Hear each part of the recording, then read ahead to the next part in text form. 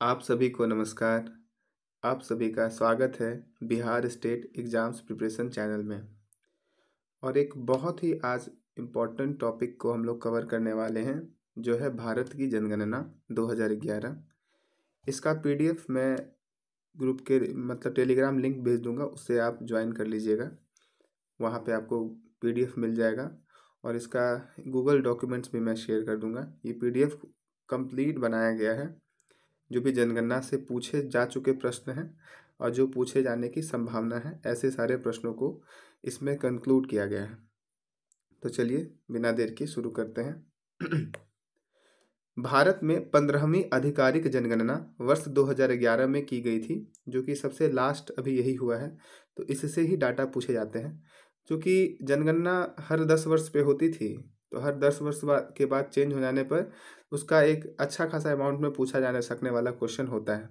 क्योंकि पिछले बार अभी 2021 में हुई नहीं है, अभी प्रस्तावित है कि हो जाएगी, तो इसलिए इससे थोड़ा डीप जाकर के भी क्वेश्चन पूछा जा रहा है। मैं थोड़ा क्वेश्चन का सेंस भी बताऊंगा किस तरीके से पूछा गया है। तो ये थोड़ा डीप जा कर के अभी इस साल के लिए तो इम्पोर्टेंट है ही, जितने भी एग्ज़ाम होने वाले हैं। 2026 में होने वाली है जनगणना। जब जनगणना हो जाएगी 26 में, तो फिर नया डाटा आएगा, फिर उसको कवर अप करना है। तो ये एट लास्ट ही है इसको, लेकिन अच्छे तरीके से समझ लेना है। इस बार के हर एक एग्जाम्स में इससे एक क्वेश्चन या दो क्वेश्चन रहेंगे। तो 2011 में की गई थी। भारत में जनगणना देश में साक्षरता, सामाजिक और आर्थिक विकास का मुख्य आधार है। वर्ष 1947 में जब भारत में ब्रिटिश शासन समाप्त हुआ था, तब साक्षरता दर मात्र 12% थी। तो 1947 में मात्र 12% जनगणना साक्षरता दर थी भारत की। लेकिन वर्तमान नवीनतम जनगणना 2011 के बाद भारत की साक्षरता दर 74.04% पाई गई है। साक्षरता दर को बढ़ाने के लिए सरकार ने कानून बनाया है कि 14 वर्ष से कम आयु के प्रत्येक बच्चे को मुफ्त शिक्षा मिलनी चाहिए। लेकिन निरक्षरता की समस्या अभी भी बड़ी है, जो हमारे लिए अभी भी चिंता का विषय है। हमें पता है 86वें संविधान संशोधन 2002 के द्वारा ये चीज़ को ऐड किया गया। 86वें संविधान संशोधन 2002 के द्वारा इसे ऐड किया गया संविधान में, अनुच्छेद 21 के ए में। अनुच्छेद 21 के ए में ऐड किया गया, और साथ ही 51 के ए में मौलिक कर्तव्य में भी डाला गया कि हर एक गार्जियन का, जितने भी अभिभावक हैं, उन्हें 14 वर्ष से तक की आयु में उनको शिक्षा दिलाएं। और राज्य का यह कर्तव्य है कि वह 14 वर्ष से कम आयु के प्रत्येक बच्चों को मुफ्त में शिक्षा दे। यह सभी व्यक्ति का शिक्षा का अधिकार है। Right to education, RTE, right to education इसको कह सकते हैं। नेक्स्ट है, भारत में साक्षरता दर 74.4% है। पुरुष साक्षरता दर 82.14 है और महिला साक्षरता दर 65.46 है। ये तीनों ही डाटा बहुत ही ज़्यादा इंपॉर्टेंट है। ये तीनों डाटा आपको याद होने चाहिए। 74.04% भारत की साक्षरता दर, पुरुष साक्षरता दर 82.14 और महिला साक्षरता दर 65.46%। सर्वाधिक साक्षरता प्रतिशत वाले राज्य एवं केंद्र शासित प्रदेश की सूची। क्योंकि पहले क्या था, आपसे राज्य वाइज पूछ लेता था, फिर केंद्र शासित वाइज अलग से पूछता था। अब क्या कर दिया, आपसे पिछले बार दरोगा में पूछा गया है, बिहार SI 1275 में फर्स्ट शिफ्ट में पूछा गया था कि अगर राज्य और केंद्र शासित प्रदेश को एक साथ रखा जाए तो कौन सा राज्य तीसरे पोजीशन पर आएगा। तो ये क्वेश्चन था, उसका आंसर मिजोरम होता।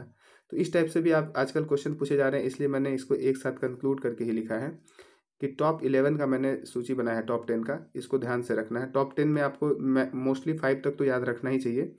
मेन है, सबसे अधिक होता है केरल का 94%, जहाँ की लिटरेसी रेट है, साक्षरता दर। लक्षद्वीप की 91.8% है। मिजोरम की 91.33% है, जो कि पूछा गया था। इसी में अगर आप केंद्र शासित प्रदेश को हटा दीजिएगा तो ये लक्षद्वीप यहाँ से हट जाएगा, तब फिर थर्ड स्थान पर गोवा आ जाएगा। तो क्वेश्चन के लैंग्वेज पर डिपेंड करता है कि वो पूछना क्या चाह रहा है, उसका आंसर बदल जाएगा। अगर पूछेगा कि सर्वाधिक साक्षरता प्रतिशत वाले राज्यों की सूची में तीसरे स्थान पर कौन है, तब गोवा हो जाएगा। लेकिन उसमें पूछा गया था सर्वाधिक साक्षरता वाले राज्य और केंद्र शासित प्रदेश की सूची में तीसरे स्थान पर कौन है, तब वहाँ पे मिजोरम हो जाता। नेक्स्ट है त्रिपुरा 87.22%, जो कि 5th पोजीशन पे है। इसके अलावा दमन दीव 6ठे स्थान पर है। 7वें पे अंडमान और निकोबार है। 8वें पे दिल्ली है। 9वें पे चंडीगढ़ है और 10वें पे पौंडीचेरी है। तो एक बात देख सकते हैं, शुरुआत में ये राज्य है, केरल राज्य है, स्टेट है। मिजोरम राज्य है, स्टेट है। गोवा स्टेट है। इसके अलावा त्रिपुरा स्टेट है। बाकी के सारे जो आपको देख सकते हैं, दमन दीव, अंडमान निकोबार, दिल्ली, चंडीगढ़, पौंडीचेरी और लक्षद्वीप, ये सारे के सारे के यूटीज़ हैं। तो आपसे ये भी प्रश्न हो सकता है पूछ दे कि टॉप 10 में, टॉप राज्यों और केंद्र शासित प्रदेशों की सूची के टॉप 10 में कितने राज्य हैं? तो 4 राज्य हैं और 6 यूनियन टेरिटरीज हैं, इसको ध्यान रखना है। तो जब सर्वाधिक साक्षरता प्रतिशत वाले राज्य की बात की जाए, तो जब टॉप 5 राज्य की बात करेंगे तो केरल, मिजोरम, गोवा, त्रिपुरा और एक 5th पे आता है हिमाचल प्रदेश, जो कि ऐसे इसका ओवरऑल पोजीशन पे ये 11वें नंबर पे आएगा हिमाचल प्रदेश, जो कि राज्यों की सूची में 5th पोजीशन पे है। सबसे कम साक्षरता वाला राज्य जो है वो बिहार आता है, सबसे कम साक्षरता बिहार राज्य में है, ये सबको जानकारी है। नेक्स्ट है सर्वाधिक साक्षरता प्रतिशत वाले केंद्र शासित प्रदेश। सर्वाधिक साक्षरता प्रतिशत में केंद्र शासित प्रदेशों को देखा जाए तो लक्षद्वीप, दमन दीव, अंडमान निकोबार, दिल्ली, चंडीगढ़, पुडुचेरी और सबसे नीचे में आ जाएगा दादर नगर हवेली। तो सबसे कम साक्षरता वाला केंद्र शासित प्रदेश पूछ लिया जाए तो वहाँ पे दादर नगर हवेली आंसर होगा। तो इसलिए सवाल के लैंग्वेज पे हमेशा हमको ध्यान देना है कि राज्य पूछ रहा है या केंद्र शासित प्रदेश पूछ रहा है या दोनों को मिला करके पूछ रहा है। तो अगर केवल केंद्र शासित प्रदेश में सबसे कम साक्षरता दर पूछेगा तो दादर नगर हवेली हो जाएगा। नेक्स्ट है बिहार की। अगर हम लोग बिहार से हैं तो बिहार के जितने भी पूछा जाएगा, बिहार के एग्जाम्स में बिहार की साक्षरता से बहुत सारे प्रश्न पूछे जाएंगे। तो कुल साक्षरता दर 61.8% है। वहीं पुरुष साक्षरता दर की बात की जाए तो 71.2% है और महिला साक्षरता दर 51.5% है। तो एक चीज़ देख के समझ में आ रहा है, लगभग 61 के आसपास में ये है, 71 के आसपास में पुरुष है और महिला में 51 है। तो पुरुष का 71, महिला 51 और कुल साक्षरता 61, इन दोनों का एवरेज निकालिएगा तो 61 ही आ जाएगा। तो इस तरीके से 71 और 51 और इसका 61.8 है, लगभग ऐसे याद रख सकते हैं। भारत में सबसे कम साक्षरता वाले राज्य की बात की जाए तो बिहार सबसे नीचे है, फर्स्ट पोजीशन, सबसे नीचे से सबसे प्रथम स्थान पर है बिहार। और अरुणाचल प्रदेश 65.38 के साथ दूसरे पोजीशन पे है, मतलब लास्ट से सेकंड पे आता है। राजस्थान 66.11 है, झारखंड 66.41 है और 67.02 है। तो कई बार आपको ये क्रम में दे देगा, आपको सबसे कम साक्षरता वाले राज्य दे देगा और आपको बोलेगा, आपको इन सभी का क्रम में दे देगा, बिहार, अरुणाचल प्रदेश, झारखंड, राजस्थान, आंध्र प्रदेश। तो ये क्रम मैंने गलत बोला है, राजस्थान पहले होगा, झारखंड बाद में होगा। बिहार, अरुणाचल प्रदेश, राजस्थान, झारखंड, आंध्र प्रदेश, ये आपका क्रम हो गया। तो कई बार आपसे क्रम पूछ लेता है कि सही क्रम बताओ, तो आपको ये क्रम ध्यान रखना है, बिहार, आंध्र प्रदेश, राजस्थान, झारखंड और Bihar, Arunachal Pradesh, I am so sorry, यहाँ अरुणाचल प्रदेश है और सबसे लास्ट में आंध्र प्रदेश। नेक्स्ट पे आइए, साक्षरता दर में वृद्धि के अनुसार। अब ये बात को समझना है कि पहले हमने साक्षरता दर देखा कि साक्षरता दर वर्तमान में कितनी है, किस राज्य की कितनी है, किसका क्या पोजीशन है, हमने देख लिया। अब साक्षरता दर में वृद्धि अर्थात जब 2001 का जनगणना हुआ होगा उसमें उस समय का डाटा और 2011 के जनगणना के डाटा के अनुसार किसमें वृद्धि सबसे अधिक हुई, ये पूछ रहा है। तो सबसे अधिक वृद्धि वाले राज्य और केंद्र शासित प्रदेश दोनों का एक साथ अगर बनाएंगे तो सबसे अधिक वृद्धि हुई है दादर नगर हवेली में सॉरी, फिर हुई है बिहार में, फिर त्रिपुरा में, फिर नागालैंड में और फिर झारखंड में। तो सर्वाधिक वृद्धि वाला केंद्र शासित प्रदेश ही है जो टॉप पे है। और अगर राज्य पूछा जाएगा तो बिहार हो जाएगा। अगर दोनों को मिला करके पूछा जाए तो सबसे अधिक हो जाएगा दादर नगर हवेली। कई बार आपसे ये नहीं देगा राज्य या केंद्र शासित प्रदेश, सवाल में आपसे पूछ देगा कि साक्षरता दर में वृद्धि के अनुसार कि कौन सा सबसे अधिक वृद्धि करने वाला है। ना आपसे यूनियन टेरिटरी देगा और ना ही आपको राज्य लिखेगा, लेकिन ऑप्शन में दादर नगर हवेली, बिहार, त्रिपुरा, नागालैंड रहेगा। तो आपको मारना है दादर नगर हवेली, सबसे अधिक वृद्धि दादर नगर हवेली में ही हुई है। नेक्स्ट है साक्षरता दर में वृद्धि के अनुसार वृद्धि वाले राज्य। अगर राज्यों की बात किया जाए तो बिहार, बिहार के बाद त्रिपुरा, त्रिपुरा के बाद नागालैंड, बिहार, त्रिपुरा, फिर नागालैंड और इसके बाद फिर झारखंड आता है और फिर सिक्किम। साक्षरता दर वृद्धि के अनुसार वृद्धि वाले केंद्र शासित प्रदेश, तो सबसे अधिक वृद्धि हुई है दादर नगर हवेली में, फिर दमन दीव में और फिर अंडमान निकोबार में। तो इस तरीके से इसका क्रम हमें हमेशा ध्यान रखना है। एक बार में याद नहीं होने वाला है, लेकिन एक बार, दो बार, तीन बार देख के, वीडियो देख करके भी आप ट्राई कीजिएगा तो ये याद हो जाएगा। इस वीडियो को सेव कर लीजिएगा क्योंकि ये इससे एक प्रश्न बनेगा ही बनेगा। अगर आप अभी प्रैक्टिस सेट वगैरह भी लगा रहे होंगे तो इससे एक प्रश्न आपको मिलेगा ही मिलेगा। और आप देखिएगा जब तक वीडियो समाप्त होगी आपके हर एक क्वेश्चन लगभग इसमें कंक्लूड हो जाएंगे। नेक्स्ट है सबसे कम साक्षरता दर में वृद्धि वाला राज्य मिजोरम और केंद्र शासित प्रदेश चंडीगढ़ है। यहाँ पे वृद्धि जो है सबसे कम हुई है। सबसे कम वृद्धि कहाँ हुई? मिजोरम राज्य में और केंद्र शासित प्रदेश में चंडीगढ़ में। भारत में साक्षरता दर में वृद्धि 8.66% है, जबकि बिहार की बात की जाए जो कि यूनियन टेरिटरी दादर नगर हवेली के बाद सेकेंड आता है, उसमें 14.8% की वृद्धि हुई है। तो ये ध्यान रखना है। अब है पुरुषों में सर्वाधिक साक्षरता वाले राज्य और केंद्र शासित प्रदेश। सिर्फ पुरुष के मामलों में सबसे अधिक साक्षरता वाले राज्य और केंद्र शासित प्रदेश कौन है? तो केरल ओवरऑल में भी टॉप करता है, महिला में भी टॉप करता है, पुरुष में भी टॉप करता है। तो केरल हो जाएगा सबसे सर्वाधिक साक्षरता वाला राज्य, केरल। इसके बाद सेकेंड पे यहाँ पे भी लक्षद्वीप ही आ गया, ओवरऑल में भी लक्षद्वीप ही था। थर्ड पे मिजोरम है, फोर्थ पे गोवा है और फिफ्थ पे त्रिपुरा है। ये लगभग वही वाला रहा जो कि पहले था कुल वाला में। वहीं न्यूनतम पुरुष साक्षरता दर के अनुसार अंतिम से प्रथम बिहार, अरुणाचल प्रदेश और आंध्र प्रदेश।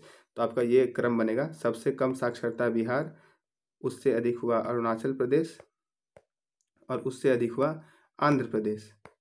तो ये वाला क्रम भी हमें ध्यान रखना है। आपसे सवाल इसी तर्ज पे पूछ लिया जाएगा कि निम्नलिखित में कौन सा विकल्प सही है साक्षरता दर के अनुसार, और आपको ये क्रम ढूंढ के मार देना है, बिहार, उससे अधिक अरुणाचल प्रदेश और उससे अधिक आंध्र प्रदेश। महिलाओं में सर्वाधिक साक्षरता वाले राज्य और केंद्र शासित प्रदेश की बात की जाए तो इसमें केरल जो कि पहले भी टॉप कर रहा था। यहाँ पे देखिए पहले पुरुष में और कुल में लक्षद्वीप सेकंड पे था, लेकिन यहाँ पे लक्षद्वीप थर्ड पे चला आया है। सेकंड पे मिजोरम है, केरल, मिजोरम, लक्षद्वीप, गोवा और त्रिपुरा। तो ये सीक्वेंस हमेशा ध्यान रखना है। महिलाओं में सीक्वेंस में चेंज आ गया है ये लक्षद्वीप के कारण, तो इसको ध्यान रखना है। एक दो बार देखिएगा तो याद हो जाएगा इसका सीक्वेंस। या आप एक काम कर सकते हैं कि पर डे एक एक का सीक्वेंस याद कर लें। साक्षरता दर में केवल पुरुष का याद करें, अगले दिन कुल यानी कि ओवरऑल का याद कर लें, उसके अगले दिन केवल महिलाओं का याद कर लें, तो कन्फ्यूजन नहीं होगा। एक दिन में सारे याद करेंगे तो हो सकता है कन्फ्यूजन हो जाए, पर डे आप अपने आप को टास्क देते रहिए अलग अलग होमवर्क के हिसाब से, तब आपका कंप्लीट होता जाएगा, पता भी नहीं चलेगा। वहीं महिलाओं में सबसे कम साक्षरता दर के अनुसार अंतिम से बिहार आता है, फिर राजस्थान, फिर झारखंड और जम्मू कश्मीर। यहाँ पे कम्प्लीटली डिफरेंट है। पुरुषों में था बिहार, बिहार के बाद अरुणाचल प्रदेश, फिर आंध्र प्रदेश था। यहाँ पे क्या हो गया, बिहार है, फिर इससे अधिक राजस्थान है और इससे अधिक झारखंड है और फिर इससे अधिक जम्मू कश्मीर है, JNK। तो ये वाला क्रम भी ध्यान रखना है। ये महिलाओं में बढ़ते क्रम में है, सबसे अधिक कम हो जाएगा बिहार में, उससे अधिक राजस्थान में, उससे अधिक झारखंड में और उससे अधिक जम्मू एंड कश्मीर में। तो ये क्रम भी ध्यान रखना है, ये महिलाओं की साक्षरता दर का क्रम है। नेक्स्ट आता है लिंगानुपात। लिंगानुपात को दर्शाया जाता है प्रति हजार पुरुषों में महिलाओं की संख्या के आधार पर, कि प्रति हजार पुरुष में कितनी महिलाएं हैं, प्रति हजार पुरुष पर कितनी महिलाएं हैं। जितनी भी महिलाएं होंगी उसी को हम लोग लिंगानुपात बोलेंगे। तो भारत का लिंगानुपात देखा जाएगा तो 943 है, अर्थात भारत में 1000 पुरुषों के ऊपर मात्र 943 महिलाएं हैं, जो कि और बढ़नी चाहिए। कम से कम 1000 में 1000 महिलाएं तो होनी चाहिए। तो ये पुश करना चाहिए। भारत सरकार बहुत सारी नीतियां बना रही है जिसमें महिला सशक्तिकरण को बढ़ावा दिया जा रहा है, तो बहुत जल्द ऐसा हो जाएगा। बिहार में लिंगानुपात 918 है, जो कि बहुत कम है, इस पे भी काम करना होगा। सर्वाधिक लिंगानुपात वाले राज्य और केंद्र शासित प्रदेश, कि सबसे अधिक लिंगानुपात कौन है, कहाँ पे है, तो देख लीजिए केरल में सबसे अधिक लिंगानुपात है। केरल शिक्षित में भी था, पुरुषों की साक्षरता में भी था, महिला साक्षरता में भी था, ओवरऑल साक्षरता में भी था, और लिंगानुपात में भी देखिए केरल टॉप पे है। सेकंड पे पुदुचेरी है, थर्ड पे तमिलनाडु है और फोर्थ पे आंध्र प्रदेश है। तो लिंगानुपात के अनुसार सबसे अधिक लिंगानुपात केरल का है, उसके बाद पुदुचेरी का है, फिर तमिलनाडु का है, फिर आंध्र प्रदेश का है। इसका क्रम हमेशा ध्यान रखना है। मैं बार बार क्रम बोल रहा हूँ क्योंकि आजकल प्रश्न इसी तरीके से पूछे जा रहे हैं। आपसे दे दिया जाएगा सर्वाधिक लिंगानुपात वाले राज्यों का सही क्रम बतावें, या घटते क्रम में बतावें या बढ़ते क्रम में बतावें। तो आपको इस तरीके से ये क्रम याद रहेगा, तो आप इसके अनुसार आप जवाब दे पाइएगा। सबसे कम लिंगानुपात वाले राज्य और केंद्र शासित प्रदेश की अगर सूची देखी जाए तो सबसे कम जो है वो आपको केंद्र शासित प्रदेश दमन और दीव में है। दमन द्वीप में केवल 618 है। उससे अधिक देखा जाए तो दादर नगर हवेली 774, फिर चंडीगढ़ 818, दिल्ली 868, अंडमान निकोबार 876 और हरियाणा 879। तो यहाँ अगर सिर्फ राज्य पूछा जाए कि सबसे कम लिंगानुपात वाला राज्य कौन सा है, तो आपको हरियाणा जवाब हो जाएगा। लेकिन आपसे अगर आपसे पूछा जाए सबसे कम लिंगानुपात किसका है, और ऑप्शन में आपके दमन और दीव रहे, तो आपका करेक्ट आंसर दमन दीव है 2011 के जनगणना के अनुसार। सबसे कम लिंगानुपात वाला राज्य 879 के साथ हरियाणा है, और सबसे कम लिंगानुपात वाला केंद्र शासित प्रदेश दमन दीव है जो कि 618 है। यहाँ पे मिसप्रिंट हो गया, दीव 618। नेक्स्ट देखिए, अब बाल लिंगानुपात में देखा जाएगा तो 0 से लेकर 6 वर्ष तक के 0 से लेकर 6 वर्ष तक के बच्चों को देखें और उनके तुलना प्रति 1000 बच्चों में कितनी बच्चियां हैं, उसी को बाल लिंगानुपात बोलते हैं। तो इसमें यहाँ पे ध्यान रखना है, ये 0 से लेकर 6 वर्ष तक के बच्चों को ही इसमें केवल कंक्लूड किया जाएगा, इसलिए इसका नाम भी है बाल लिंगानुपात। बाल लिंगानुपात के अनुसार भारत में बाल लिंगानुपात कितना है, तो भारत में 919 है। तो इसको आप ऐसे कंक्लूड भी कर सकते हैं ट्रिक वाइज भी कि बिहार का लिंगानुपात 918 था और उससे एक अधिक है ये भारत का बाल लिंगानुपात। तो ऐसे भी याद कर सकते हैं। बिहार में बाल लिंगानुपात कितना है, तो बिहार में बाल लिंगानुपात 935 है। अब यही जब बच्चे बड़े होंगे तो फिर लिंगानुपात का जो वैल्यू 935 वाला है यही आगे बढ़ता रहेगा। तो ये एक पॉलिसी होता है, जिसे पहले कन्या भ्रूण हत्या बहुत ज़्यादा बढ़ गई थी एक ज़माने में, इस कारण से भारत का भी लिंगानुपात कम है। देखिए बिहार का भी लिंगानुपात कम है, लेकिन सरकार की नीतियाँ बदली, सरकार ने बहुत रिस्ट्रिक्शंस लगाए, दंडनीय अपराध बना दिया उसको। तो इस कारण से आप देख सकते हैं कि बहुत सारे लोग जागरूक भी हुए और इस कारण से अब लिंगानुपात की स्थिति सुधर रही है।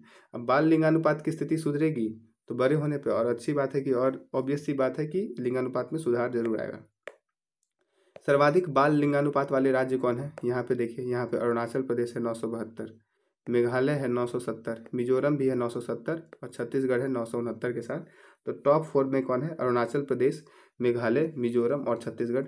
ये यहाँ पे देख सकते हैं, ये तीनों के तीनों जो है नॉर्थ ईस्ट के तीनों स्टेट्स हैं, अरुणाचल प्रदेश, मेघालय और मिजोरम, और इसके बाद छत्तीसगढ़ आता है 969। यहाँ पे एक ध्यान देने वाली बात यह है कि सबसे कम लिंगानुपात वाला राज्य भी हरियाणा था और बाल लिंगानुपात वाला राज्य भी हरियाणा ही है 834 के साथ।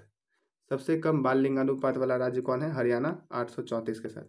अब है एक जनसंख्या घनत्व। जनसंख्या घनत्व हम लोग मापते हैं कि 1 स्क्वायर किलोमीटर में कितने व्यक्ति रहते हैं, 1 वर्ग किलोमीटर एरिया में कितने व्यक्ति रहते हैं, इसी को जनसंख्या घनत्व कहते हैं।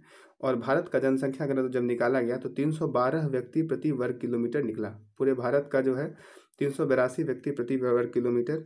बिहार का जनसंख्या घनत्व 1106 व्यक्ति प्रति वर्ग किलोमीटर, 1106 व्यक्ति प्रति स्क्वायर किलोमीटर में रहते हैं। सर्वाधिक जनसंख्या घनत्व वाले राज्य और केंद्र शासित प्रदेश। जब राज्य और केंद्र शासित प्रदेश दोनों को एक साथ रखा जाए तब देखिए यहाँ पे आपको दिखेगा कि सारे के सारे आपको टॉप में यूनियन टेरिटरीज दिखाई देंगे। दिल्ली में 11,320, चंडीगढ़ में 9,258, पुदुचेरी जो 3rd पोजीशन पे आएगा, दमन दीव 4th पोजीशन पे आएगा, लक्षद्वीप 5th पोजीशन पे आएगा और बिहार जो है 6ठे पोजीशन पे आता है। कई बार आपसे सवाल पूछ देगा कि सर्वाधिक जनसंख्या घनत्व वाले राज्यों एवं केंद्र शासित प्रदेश की सूची में बिहार का कौन सा स्थान है, तो बिहार का 6ठा स्थान है। तो इस बात को ऐसे आप याद भी रख सकते हैं, या ऐसे भी याद रखिएगा टॉप 5 में ऑल कितने हैं यूनियन टेरिटरीज हैं। तो आपसे अगर पूछा जाएगा कि सबसे अधिक जनसंख्या घनत्व किसका है, तो आप दिल्ली को ढूंढ के मारिएगा। आपसे पूछा जाएगा सबसे अधिक जनसंख्या घनत्व वाला यूनियन टेरिटरी कौन है, फिर भी दिल्ली ही होगा। सबसे पूछा जाएगा कि इनमें से किसका जनसंख्या घनत्व सबसे अधिक है, वहाँ पे भी आप दिल्ली को ही ढूंढ के मारेंगे। लेकिन पूछ दे कि सबसे अधिक जनसंख्या घनत्व वाला राज्य कौन है, तब आपको बिहार को मारना है 1106। नेक्स्ट है, उपरोक्त तो 5 केंद्र शासित प्रदेश हैं और 6ठे स्थान पर बिहार है जो कि राज्य है। सर्वाधिक जनसंख्या घनत्व वाले राज्य में अगर बात की जाए, सिर्फ राज्यों की बात की जाए, तो बिहार प्रथम स्थान पर है, पश्चिम बंगाल दूसरे स्थान पर है, केरला तीसरे स्थान पर है, 4th पे उत्तर प्रदेश है और 5th पे हरियाणा है। तो ये क्रम भी आपको ध्यान रखना है क्योंकि ये राज्यों का क्रम है। वैसे तो इसमें ज़्यादा इम्पोर्टेंट आपको ध्यान ये रखना है, इनका क्रम ज़्यादा ध्यान रखना है, यूनियन टेरिटरीज़ का ज़्यादा क्रम ध्यान में रखिए। लेकिन अगर आपसे राज्यों की सूची भी पूछ ले तो बिहार, पश्चिम बंगाल, केरल, उत्तर प्रदेश और हरियाणा। न्यूनतम जनसंख्या घनत्व वाले एवं राज्य एवं केंद्र शासित प्रदेश कौन से हैं, तो सबसे नीचे में देख सकते हैं अरुणाचल प्रदेश है। अरुणाचल प्रदेश में 17 व्यक्ति प्रति स्क्वायर किलोमीटर में रहते हैं और ये सबसे कम है, सबसे कम जनसंख्या घनत्व यहाँ की है। फिर नेक्स्ट में देख सकते हैं अंडमान एवं निकोबार में 46 व्यक्ति हैं। तो अभी आपसे पूछ लिया कि सबसे न्यूनतम जनसंख्या घनत्व किस केंद्र शासित प्रदेश की है, तो आपको क्या जवाब देना है? अंडमान और निकोबार। अंडमान और निकोबार सबसे नीचे है। लेकिन पूछ देगा निम्न में से सबसे कम जनसंख्या घनत्व किसका है। ऑप्शन में अंडमान निकोबार भी रहे, अरुणाचल प्रदेश भी रहे, तो आपको जवाब करना है अरुणाचल प्रदेश, क्योंकि वहाँ पे मात्र 17 व्यक्ति प्रति वर्ग किलोमीटर पे है। थर्ड पे आते हैं मिजोरम, जहाँ पे 52 व्यक्ति प्रति वर्ग किलोमीटर है। जम्मू कश्मीर 56 व्यक्ति प्रति वर्ग किलोमीटर। नागालैंड 119 व्यक्ति प्रति वर्ग किलोमीटर। और फिर आता है हिमाचल प्रदेश छठे स्थान पर। उपरोक्त में केवल एक केंद्र शासित प्रदेश अंडमान निकोबार है जिसकी जनसंख्या घनत्व केंद्र शासित प्रदेशों में सबसे न्यूनतम है। तो आपसे इन सब बातों पर ज़्यादा पूछा जाएगा कि निम्नलिखित में से कौन सा केंद्र शासित प्रदेश की जनसंख्या घनत्व सबसे कम है। तो इन सबों को याद करना जरूरी है। इससे ऐसे क्वेश्चन बहुत कंफ्यूजिंग होते हैं और आपको एक दो बार ये वीडियो देखिएगा तो आपको याद भी हो जाएगा। अब है जनसंख्या में वृद्धि, कि जनसंख्या में वृद्धि कितनी हुई, मतलब पिछले 2001 की जनगणना के अनुसार 2011 की जनगणना में कहाँ पे जनसंख्या और कितनी वृद्धि हुई। तो भारत की जनसंख्या वृद्धि 17.64% रही और वहीं बिहार की जनसंख्या वृद्धि 25.42% रही। अब इसमें ध्यान रखना है, इन दोनों का ये डाटा डायरेक्टली पूछा जाएगा। इसके बाद सर्वाधिक जनसंख्या वृद्धि वाले राज्यों और केंद्र शासित प्रदेशों की अगर सूची में देखी जाए तो सबसे अधिक प्रतिशत वाइज वृद्धि जो हुई है दादर नगर हवेली में हुई है 55.88%। सर्वाधिक जनसंख्या वृद्धि प्रतिशत वाले राज्य में कौन है? दादर नगर हवेली 55.88%। फिर दमन और दीव है 53.76%। फिर पुदुचेरी आता है 28.08%। फिर मेघालय 27.95% और अरुणाचल प्रदेश 26.03%। तो ये एक क्रम है, इन क्रमों को ध्यान में रखना है। जहाँ पे टॉप 3 पे कौन है? यूनियन टेरेटरीज है। तो यहाँ पे ये पूछा जा सकता है सर्वाधिक जनसंख्या वृद्धि वाले केंद्र शासित प्रदेश कौन है, तो आपको दादर नगर हवेली ही टिक करना है।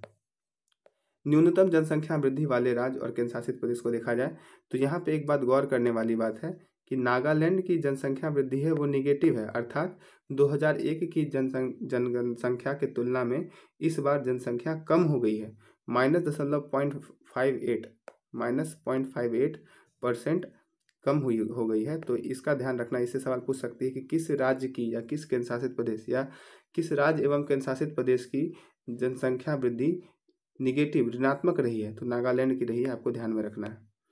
केरल की 4.91% हो जाएगी।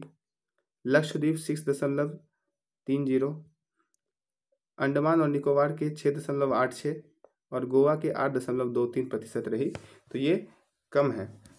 शीर्ष 3 सर्वाधिक जनसंख्या वृद्धि वाले केंद्र शासित प्रदेश को देखा जाए तो सर्वाधिक जनसंख्या वृद्धि वाले राज्य कौन कौन से हैं?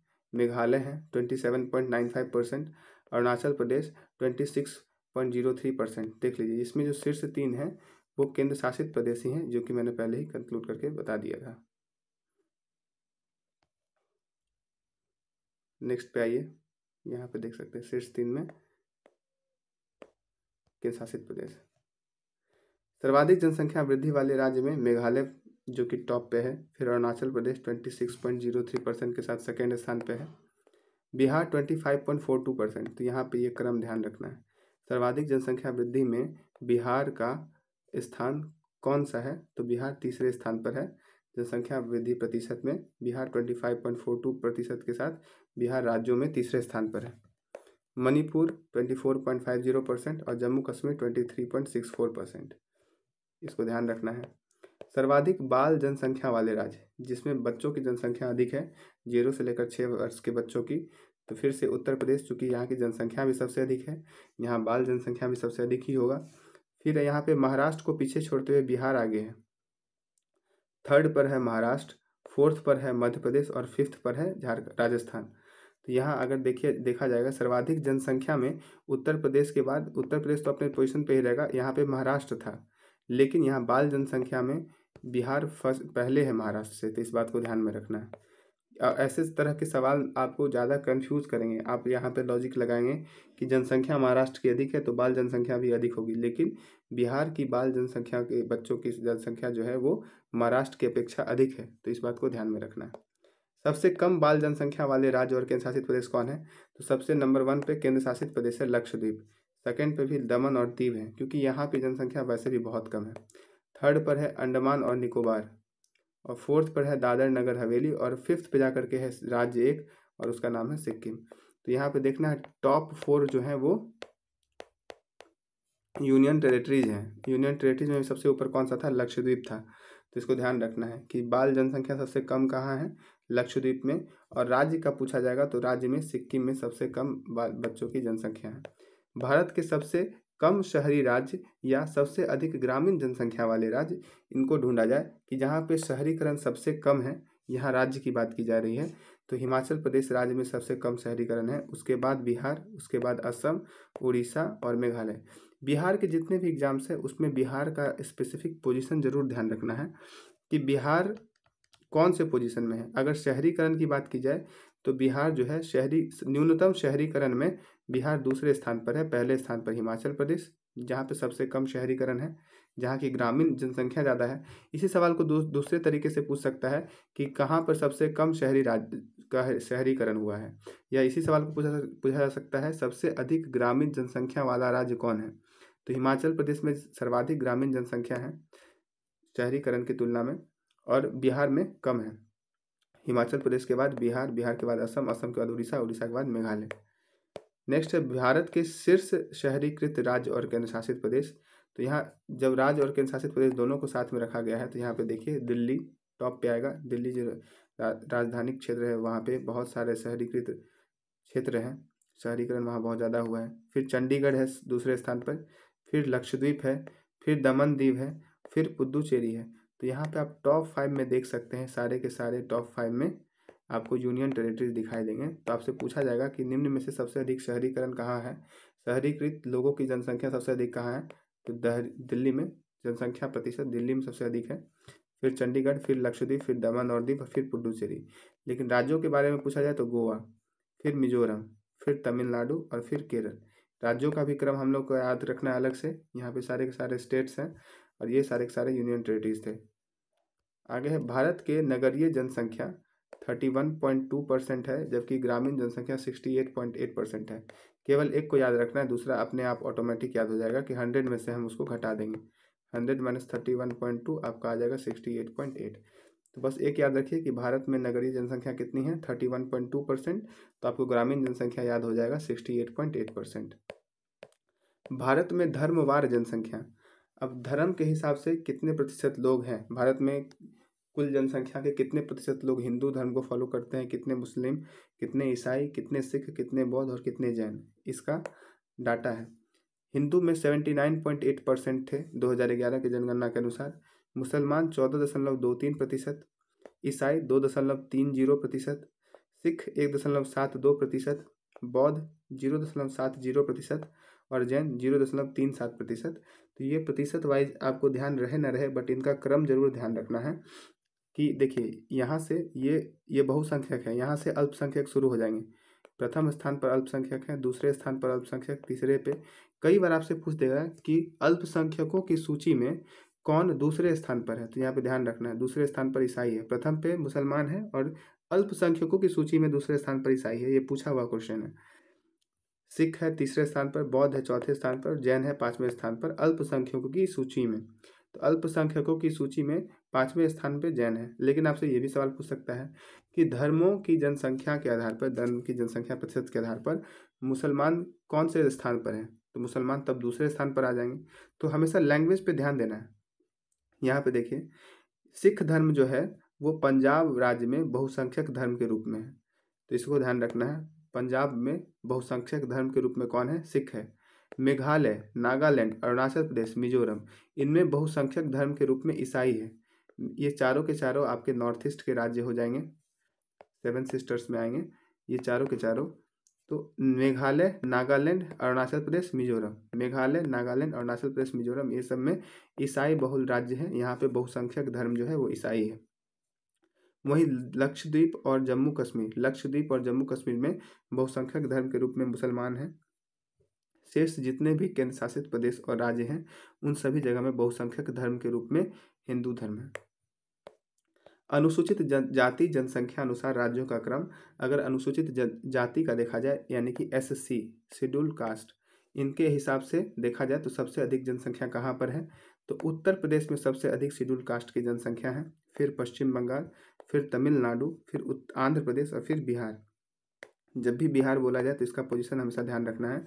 पूछा जाएगा कि अनुसूचित जाति जनसंख्या के अनुसार बिहार का कौन सा क्रम है, तो बिहार का 5वें स्थान पर आता है। प्रथम पे उत्तर प्रदेश, सेकंड पे पश्चिम बंगाल, थर्ड पे तमिलनाडु, फोर्थ पे आंध्र प्रदेश और फिफ्थ पे बिहार आता है। अरुणाचल प्रदेश, आंध्र प्रदेश, अरुणाचल प्रदेश, नागालैंड, लक्षद्वीप, अंडमान और निकोबार, यहाँ पे अनुसूचित जाति नहीं है। तो अनुसूचित जाति यानी कि एससी कहाँ कहाँ नहीं है, एससी कहाँ कहाँ नहीं पाए जाते, वो है अरुणाचल प्रदेश में एससी एक भी नहीं है, नागालैंड में नहीं है, लक्षद्वीप में नहीं है और अंडमान निकोबार में नहीं है। तो लक्षद्वीप और अंडमान निकोबार आप आराम से ध्यान रख सकते हैं कि एक लेफ्ट में है भारत के, एक राइट में है। और अरुणाचल प्रदेश और नागालैंड दोनों आपके नॉर्थ ईस्ट के टॉप में है, सबसे ऊपर में। अगर नॉर्थ ईस्ट स्टेट्स को देखिएगा तो सबसे ऊपर में अरुणाचल प्रदेश, फिर उसके ठीक नीचे नागालैंड है। तो नॉर्थ ईस्ट वाले दोनों राज्य और एक दोनों द्वीप समूह, एक लेफ्ट में एक राइट में, लक्षद्वीप और अंडमान निकोबार, आप ऐसे इसको याद कर सकते हैं। यहाँ पे एक भी अनुसूचित जाति नहीं है। अब जब पूछा जाए कहाँ कहाँ पे अनुसूचित जाति नहीं है तो इन चारों का नाम लिखना है। लेकिन आपसे ये भी सवाल पूछा सकता है कि सबसे कम अनुसूचित जनजातियों की जनसंख्या कहाँ पे है। मतलब एक तो होगा कि जहाँ पे एक भी है ही नहीं, और एक है कि जहाँ पे है उनकी जनसंख्या सबसे कम कहाँ पर है। तो उसके अनुसार मिजोरम में सबसे कम है, फिर दमन दीव, फिर दादर नगर हवेली, फिर मेघालय और फिर गोवा। तो ये बढ़ते क्रम में है, मतलब सबसे कम में मिजोरम, फिर दमन दीव, फिर दादर नगर हवेली, फिर मेघालय और फिर गोवा। ये सबसे कम अनुसूचित जनजाति यहाँ पर आपको मिलते हैं, बहुत कम जनसंख्या है वहाँ पे। अब यही अनुसूचित जनजाति के क्रम में बताया जाए, एसटी शेड्यूल ट्राइब के बारे में बताया जाए कि सबसे अधिक जनसंख्या कहाँ पर है, तो मध्य प्रदेश में सबसे अधिक जनसंख्या है, उड़ीसा में सेकंड नंबर पे है, महाराष्ट्र थर्ड पे, राजस्थान फोर्थ पे और छत्तीसगढ़ 5वें स्थान पर है अनुसूचित जनजाति के मामलों में। पुदुचेरी हरियाणा दिल्ली, पुदुचेरी दिल्ली हरियाणा और चंडीगढ़ पंजाब, पुदुचेरी दिल्ली हरियाणा चंडीगढ़ और पंजाब में अनुसूचित जनजाति निवास नहीं करते हैं। तो इन चारों को ध्यान में रखिएगा। देखिए दिल्ली से सटे हुए 4 जगह हैं, हरियाणा, पंजाब, दिल्ली, चंडीगढ़, इन चारों जगह पर नहीं है और एक पुदुचेरी।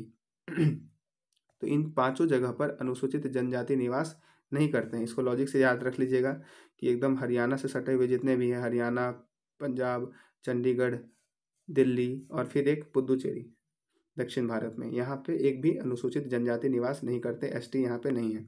अब लेकिन पूछा जाए कि सबसे कम संख्या में अनुसूचित जनजाति कहाँ निवास करते हैं, मतलब कहीं पे सबसे कम मात्रा में होंगे, तो वो दमन दीव में सबसे कम मात्रा में, फिर अंडमान निकोबार, फिर लक्षद्वीप और फिर गोवा, फिर दादर नगर हवेली।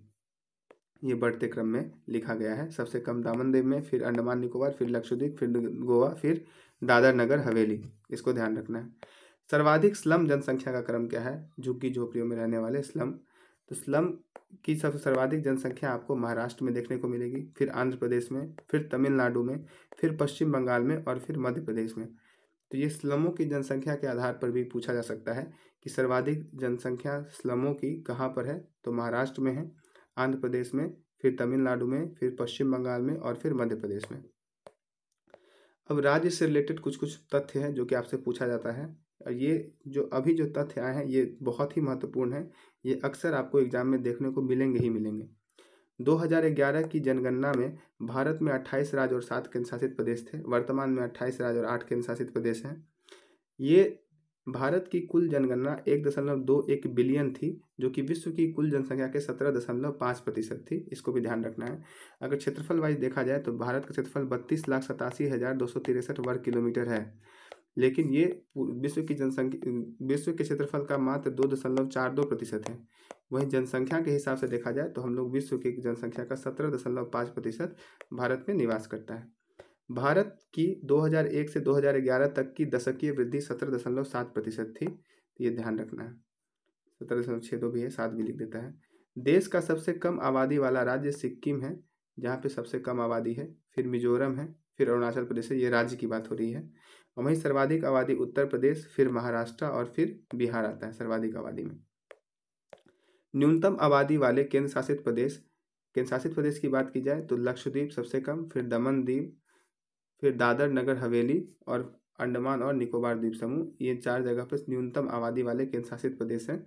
सबसे कम लक्षद्वीप में, फिर दमन दीव में, फिर दादर नगर हवेली और अंडमान निकोबार।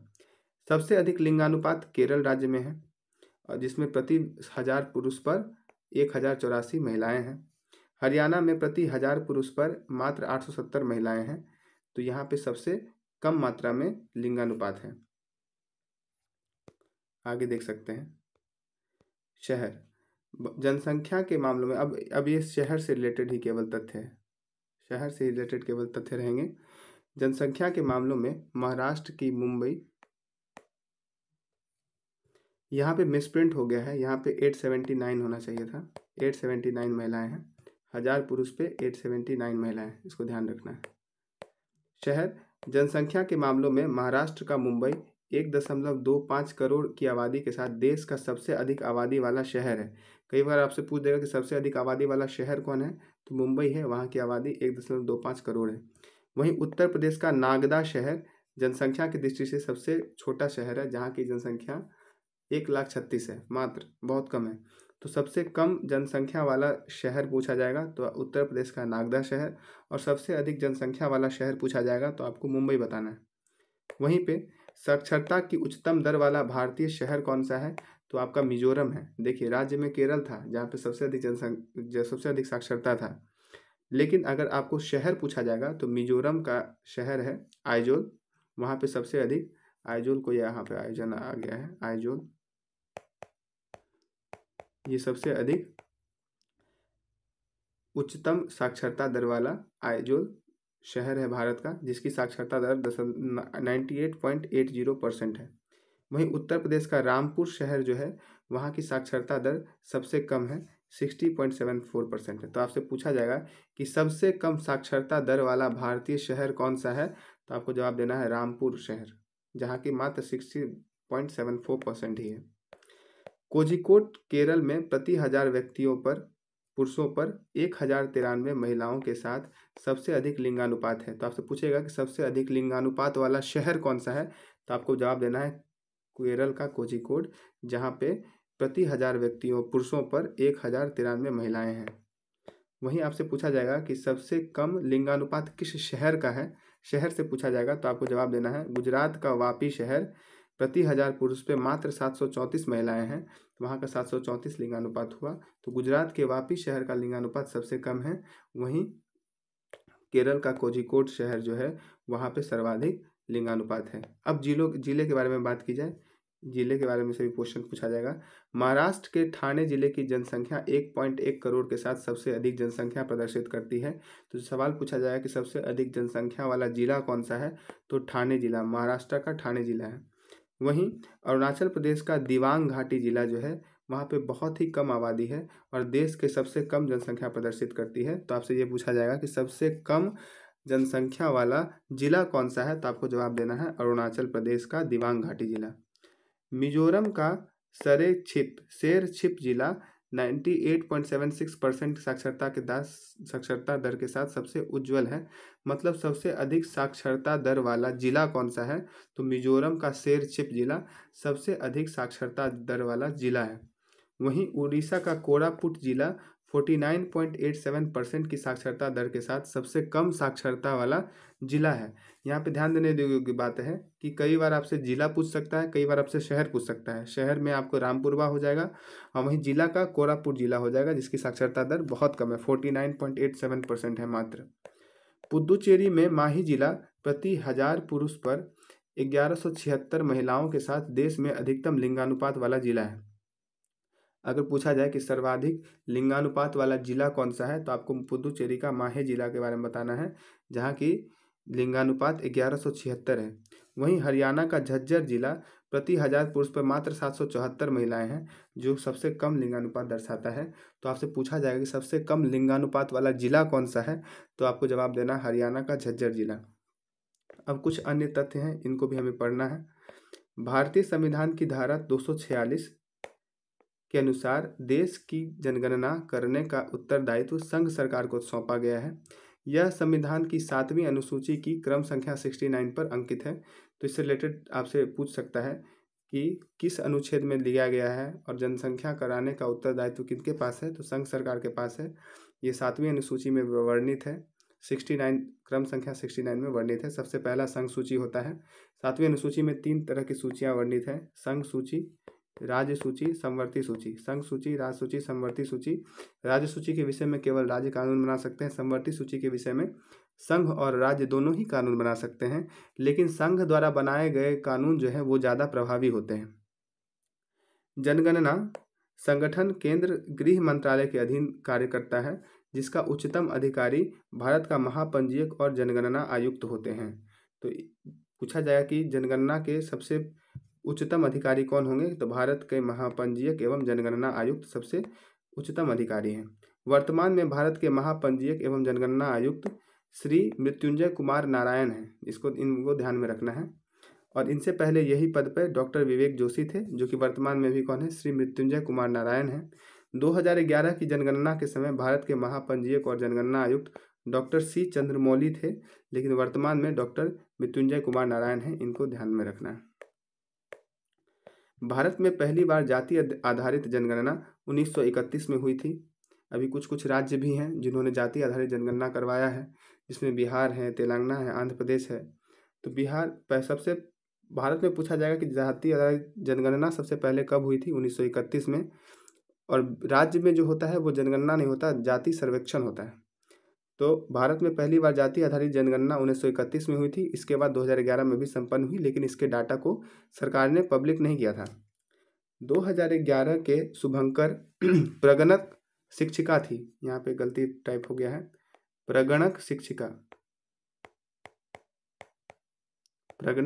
थी। और इसका आदर्श वाक्य हमारी जनगणना हमारा भविष्य, हमारी जनगणना हमारा भविष्य, इसका आदर्श वाक्य था। भारत में जनगणना की शुरुआत 1872 में लॉर्ड मेयो के कार्यकाल में हुई थी। नियमित रूप से जनगणना 1881 में लॉर्ड रिपन के कार्यकाल में शुरू हुई थी। 1881 के समय में जनगणना आयुक्त डब्ल्यू प्लोडन थे। ये भी पूछा हुआ प्रश्न है कि जो 1881 में नियमित जनगणना शुरू हुई थी, उस समय जनगणना आयुक्त कौन थे, डब्ल्यू प्लोडन। स्वतंत्र भारत की पहली जनगणना 1951 में संपन्न हुई। उस समय जनगणना आयुक्त जो थे वो R.A. गोपाला स्वामी थे। तो ध्यान रखना है, स्वतंत्र भारत का पहला जनगणना कब हुआ, 1951 में, और उस समय जनगणना आयुक्त कौन थे, तो R.A. गोपाला स्वामी उस समय के जनगणना आयुक्त थे। 2011 में भारत की 15वीं जनगणना हुई। कुल 1881 से शुरू होकर के 15वीं जनगणना 2011 में संपन्न हुई, और यह स्वतंत्र भारत की 7वीं जनगणना थी। आधुनिक विश्व में सर्वप्रथम व्यवस्थित रूप से जनगणना कराने का श्रेय स्वीडन को जाता है। स्वीडन एक यूरोपियन देश है, स्कैंडिनेवियाई देश में भी ये आते हैं, नॉर्वे, स्वीडन, डेनमार्क। तो स्वीडन एक, आप देखिएगा कि अक्सर लोकतांत्रिक वगैरह भी जो भी इंडेक्स वगैरह आएंगे उसमें भी स्वीडन का अच्छा स्थान रहता है, प्रथम या द्वितीय या तृतीय में जरूर ही रहते हैं ये लोग। तो आधुनिक विश्व में सर्वप्रथम व्यवस्थित रूप से जनगणना कराने का श्रेय स्वीडन को जाता है, जहाँ पे 1749 में पहली बार जनगणना कराई गई थी। दशकीय जनगणना की शुरुआत अमेरिका में 1790 में शुरू हुई थी। अमेरिका में 1790 ईस्वी से दशकीय जनगणना शुरू है, जो कि हमारे भारत में 1881 से शुरू हो गई।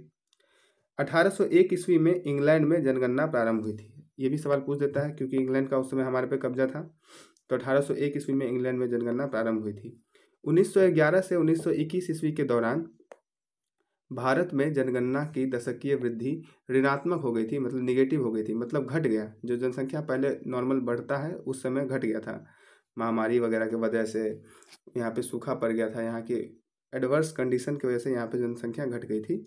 इस फलस्वरूप इस दशक में भारत की जनसंख्या में कमी आई थी, इसलिए 1921 ईस्वी को महान विभाजक वर्ष की संज्ञा दी गई थी। तो महान पूछा जाएगा कि जनगणना का महान विभाजक वर्ष क्या है, तो 1921 ईस्वी का हो जाएगा। और वहीं पूछा जाएगा लघु विभाजक वर्ष क्या है, तो यहाँ पे भी 1951 का ध्यान रखना है। महान विभाजक 1921 और लघु विभाजक 1951, क्योंकि यहाँ पे भी जनसंख्या दर में कमी आई थी। तो आशा है आप लोगों को ये वीडियो में जितने भी जनगणना से रिलेटेड फैक्ट्स थे मैंने सभी को कंक्लूड किया है। बहुत सारे डाटा हैं जो कि आप हो सकता है कि अभी याद ना हो, एक बार में याद ना हो, आप उसको पार्ट वाइज याद कीजिए। एक पार्ट साक्षरता को देखिए और साक्षरता को एक दिन में याद कीजिए, धीरे धीरे याद कीजिए, क्योंकि अभी से एग्जामिनेशन होने में टाइम है। और ये एक ऐसा टॉपिक है जहाँ से 1 या 2 नंबर आपको फिक्स आने ही हैं। तो ये इसी PDF को आप 2-3 बार 4 बार देख लीजिएगा तो आपको ज़रूर याद हो जाएगा। ये वीडियो हम लोग अपने टेलीग्राम चैनल पे भी डाल देते हैं, तो जिनको भी अगर आपको ये PDF चाहिए तो वहाँ से जाकर के आप ले सकते हैं। और जिन्होंने भी सब्सक्राइब नहीं किया, सब्सक्राइब कर लीजिए और ये वीडियो को ज़रूर शेयर कर दीजिए, क्योंकि ये बहुत ही इंपॉर्टेंट चैप्टर है और इससे तो एग्ज़ाम में पक्का आपको 1 नंबर मिल ही जाएगा। तो फिर मिलते हैं नेक्स्ट वीडियो में, तब तक के लिए धन्यवाद।